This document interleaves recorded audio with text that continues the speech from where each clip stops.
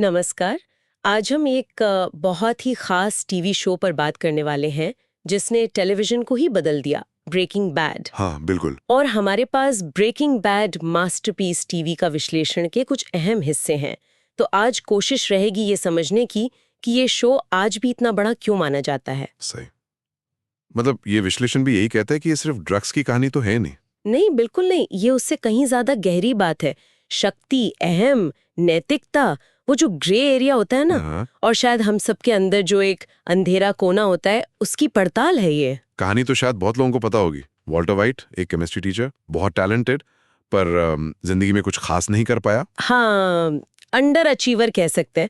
फिर उसे पता चलता है कि उसे कैंसर है, जानलेवा। और यहीं से कहानी घूमती है। परिवार के लिए पैसा चाहिए तो वो अपने एक पुराने स्टूडेंट जेसी पिंकमैन के साथ मिलकर मैथ्स बनाना शुरू करता है। हाँ, लेकिन विश्लेषण इस पे बहुत जोर देता है कि ये तो बस शुरुआत है, असली कहानी वो नहीं है। असली कहानी क्या है फिर? असली कहानी है वॉल्टर वाइट का धीरे धीरे बदलना, उसका खत्म होना और हाइजेनबर्ग बनना, वो खतरनाक ड्रग लॉर्ड। ये जो ट्रांसफॉर्मेशन है, ये बदलाव। हाँ, वही शो का दिल है।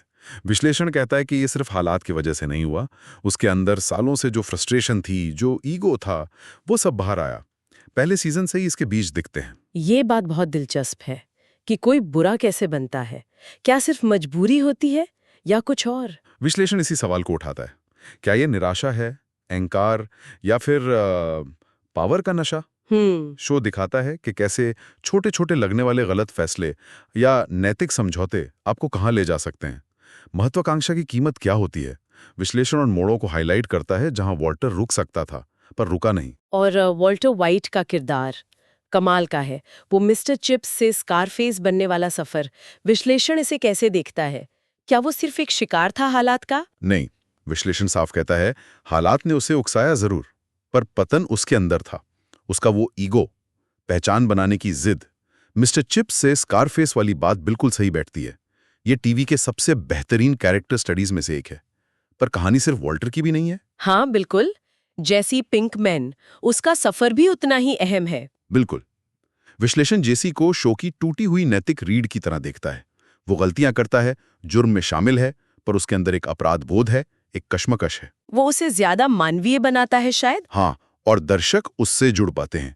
उसका जो नैतिक संघर्ष है वो वॉल्टर के पतन से बिल्कुल अलग है। जेसी का सफर तो है ही दर्दनाक, पर दूसरे किरदार भी, स्काइलर, हैंक, गस फ्रिंग, सॉल गुडमैन, विश्लेषण कहता है कि ये सब कहानी को गहराई देते हैं। निश्चित रूप से कोई भी किरदार सिर्फ प्लॉट डिवाइस नहीं है। स्काइलर का वो नैतिक द्वंद्व, हैंक की अपनी ड्यूटी और फिर सच का सामना, गस फ्रिंग का वो शांत खतरा, हाँ, ये सब कहानी को पढ़ते देते हैं। विश्लेषण कहता है कि सारे किरदार असली लगते हैं, अपनी कमजोरियों और ताकतों के साथ। तो फिर आते हैं इस बात पर कि विश्लेषण इसे मास्टरपीस क्यों मानता है, कहानी कहने के अलावा। तकनीकी तौर पर भी ये शो कमाल का था। सिनेमैटोग्राफी को ही लें, विश्लेषण बताता है कैसे रंगों का इस्तेमाल हुआ है सिंबॉलिक तरीके से। अच्छा, जैसे जैसे? वॉल्टर के कपड़ों का रंग कैसे बदलता है उसके नैतिक पतन के साथ, या न्यू मैक्सिको के रेगिस्तान का वो पीला रंग जो खालीपन भी दिखाता है और खतरा भी। हर फ्रेम सोचा समझा लगता है। हाँ, वो विजुअल्स तो यादगार है। और लेखन, उसके बारे में क्या कहता है विश्लेषण? एयर टाइट कहा गया है लेखन को, मतलब बिल्कुल कसा हुआ, कुछ भी फालतू नहीं। हर सीन, हर डायलॉग या तो कहानी बढ़ाता है या किरदार को। और तनाव, उफ। हाँ, वो टेंशन बिल्डिंग तो कमाल थी। विश्लेषण बताता है कैसे शो धीरे धीरे तनाव बनाता है और फिर ऐसे पॉइंट पर ले जाता है कि आप हिल जाते हैं, लेकिन हमेशा कहानी के लिए। और वो कुछ खास पल जैसे ओzymandias एपिसोड या वो dialogue, I am the danger. हाँ, ओzymandias को विश्लेषण सिर्फ एक एपिसोड नहीं, शो का क्लाइमैक्स मानता है, भावनात्मक और नैतिक दोनों तरह से, जहां वॉल्टर का बनाया सब कुछ बिखर जाता है। और आई एम द डेंजर जैसे डायलॉग्स, वो सिर्फ कूल लाइंस नहीं है। वो क्या है फिर? वो वॉल्टर के अहंकार, उसके आत्म धोखे का प्रतीक हैं। वो पॉप कल्चर का हिस्सा इसलिए बने क्योंकि वो किरदार की सच्चाई से निकले थे।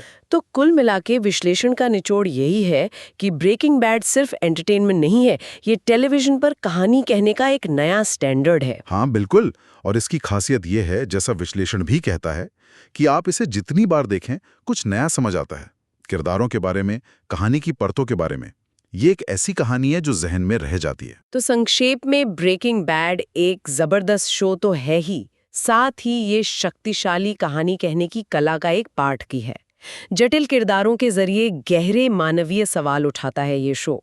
और एक सवाल हम भी यहाँ छोड़ सकते हैं सोचने के लिए, जिस पर विश्लेषण भी इशारा करता है। ये शो ये सोचने पर मजबूर करता है कि अच्छे इरादों और बुरे नतीजों के बीच की लकीर कितनी महीन हो सकती है, खासकर जब हालात मुश्किल हों और किसी का अहम, उसका ईगो दांव पर लगा हो। बिल्कुल। कि ऐसी सिचुएशन में कोई भी क्या फैसले ले सकता है। अगर आपको ये वीडियो पसंद आई है तो इसे ज़रूर लाइक करें, कमेंट सेक्शन में अपना ओपिनियन बताएं और चैनल को ज़रूर सब्सक्राइब करें। मिलते हैं अगली वीडियो में, तब तक के लिए नमस्कार।